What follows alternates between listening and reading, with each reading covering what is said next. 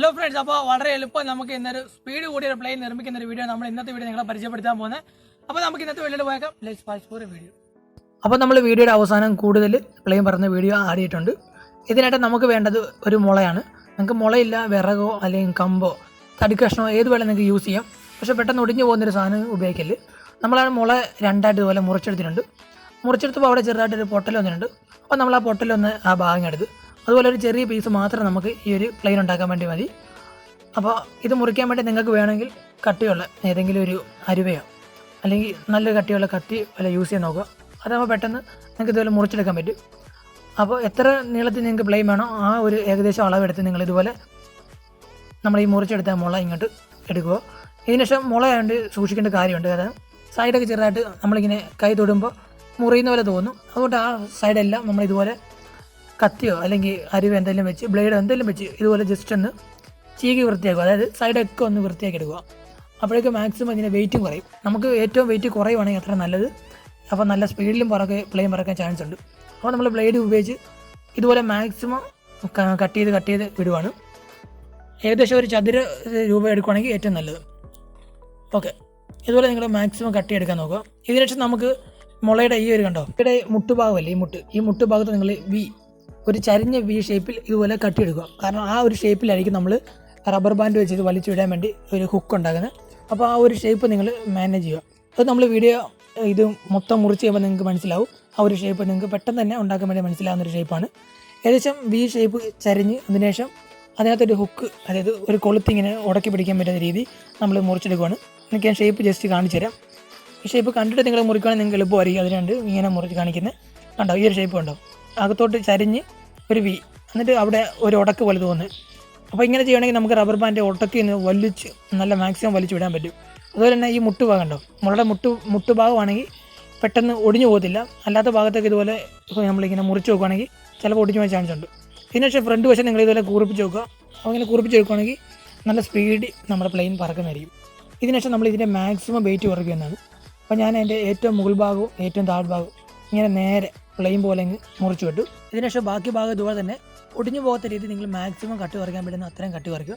അപ്പോൾ ഞാൻ അതിൻ്റെ ഏകദേശം മുകൾ ഭാഗവും ഇടയ്ക്ക് ഒരു ഗ്യാപ്പിൻ്റെ താഴ്ഭാഗവും ഇതുപോലെ നല്ലോണം കട്ടി കുറയ്ക്കാൻ വേണ്ടി മുറിച്ച് വിട്ടിട്ടുണ്ട്.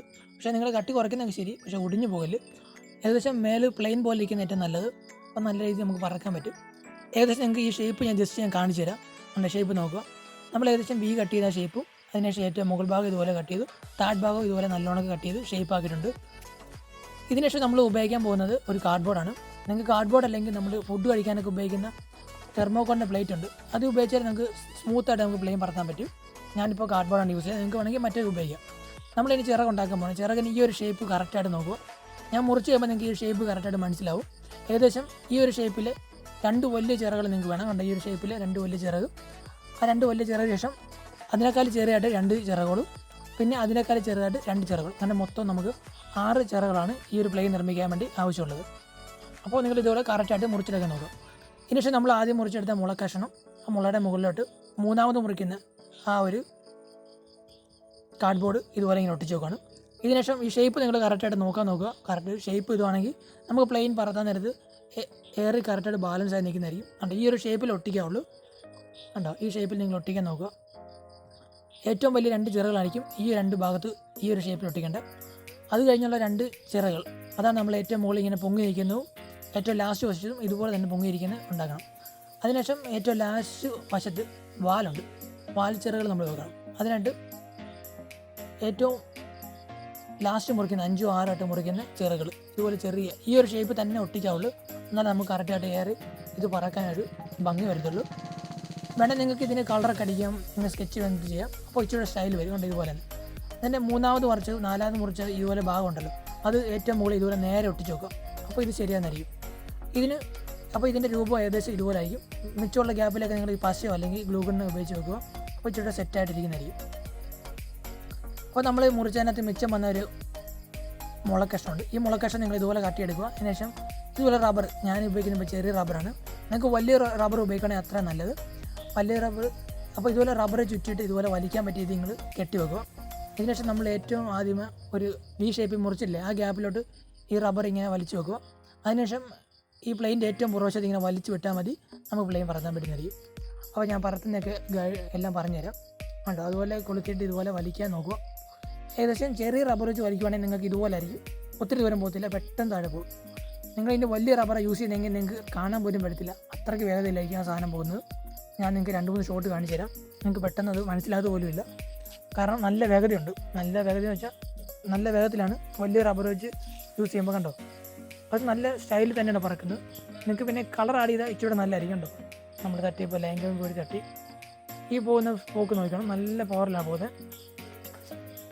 അപ്പോൾ ഇതിനകത്ത് നിങ്ങൾക്ക് കൂടുതൽ എന്തൊക്കെ മിസ്റ്റേക്കുകൾ ചെയ്യാതിരിക്കാൻ വേണ്ടിയുള്ള കാര്യങ്ങളൊക്കെ നമ്മൾ വീഡിയോയുടെ അവസാനം നല്ലോണം പറഞ്ഞിട്ടുണ്ട്. അപ്പോൾ ഇത് നോക്കുക, കണ്ടോ നല്ല രീതിയിൽ പറന്ന് പോകുന്നുണ്ട്. അപ്പോൾ വീഡിയോയുടെ അവസാനം മുഴുവൻ കാണണം, എന്നാലും നിങ്ങൾക്ക് തെറ്റുപറ്റാതെ നിങ്ങൾക്ക് പ്ലെയിൻ ഉണ്ടാക്കാൻ പറ്റും. ഹലോ ഫ്രണ്ട്സ്, അപ്പോൾ നമ്മളെ വീഡിയോ നിങ്ങൾക്ക് തീർച്ചയായും ഇഷ്ടപ്പെട്ടാണ്. അപ്പോൾ ഇതിനകത്ത് നിങ്ങൾ ശ്രദ്ധിക്കേണ്ട കുറേ കാര്യങ്ങളുണ്ട്. അതായത് നമ്മുടെ ഈ ചിറകിന് എപ്പോഴും കട്ടി ഒരിക്കലും വരാൻ പാടില്ല. അതുപോലെ തന്നെ ഈ കമ്പനിയും വലുതായിട്ട് കട്ടി വരാൻ ശ്രദ്ധിക്കണം. നിങ്ങൾക്ക് വേണമെങ്കിൽ തെർമോക്കോളിൻ്റെ പ്ലേറ്റ് ഉപയോഗിക്കാം. അത് നമ്മൾ ഫുഡ് കഴിക്കുന്ന തെർമോക്കോളിൻ്റെ പ്ലേറ്റ് ഉണ്ടല്ലോ, അത് വേണമെങ്കിൽ നിങ്ങൾക്ക് ചിറകായിട്ട് ഇതുപോലെ കട്ടിയെടുക്കാവുന്നതാണ്. പിന്നെ രണ്ടാമത് ശ്രദ്ധിക്കേണ്ടത്, നമ്മൾ ഇതുപോലെ റബ്ബർ വെച്ചാണ് വലിച്ചു വിടുന്നത്. അപ്പോൾ റബ്ബർ വലിച്ചുവിടാൻ നേരത്ത് ഏറ്റവും നീളം കൂടിയ റബ്ബർ മാത്രമേ യൂസ് ചെയ്യുള്ളൂ. കാരണം അങ്ങനെ വെച്ചാൽ നമുക്ക് നല്ല ഫോഴ്സിൽ നല്ല സ്പീഡിലോട്ട് ഈ സാധനം പോകത്തുള്ളൂ. അപ്പോൾ നല്ല സ്പേസ്, ഓപ്പൺ സ്പേസിൽ മാത്രമേ ചെയ്യുള്ളൂ, അല്ലെങ്കിൽ എവിടെയെങ്കിലും പോയി ഈ സാധനം ഡാമേജ് ആവുന്നതായിരിക്കും. അപ്പോൾ നിങ്ങൾ മാക്സിമം ഓപ്പൺ സ്പേസ് ചെയ്യാൻ നോക്കുക. അപ്പോൾ എല്ലാ ആൾക്കാരും ഇത് ട്രൈ ചെയ്യാൻ നോക്കുക. ട്രൈ ചെയ്യുന്ന ആൾക്കാർ ജസ്റ്റ് ഒന്ന് കമൻറ്റ് ചെയ്ത് സപ്പോർട്ട് ചെയ്യുക. അപ്പോൾ thanks for watching my video. Let's enjoy this video.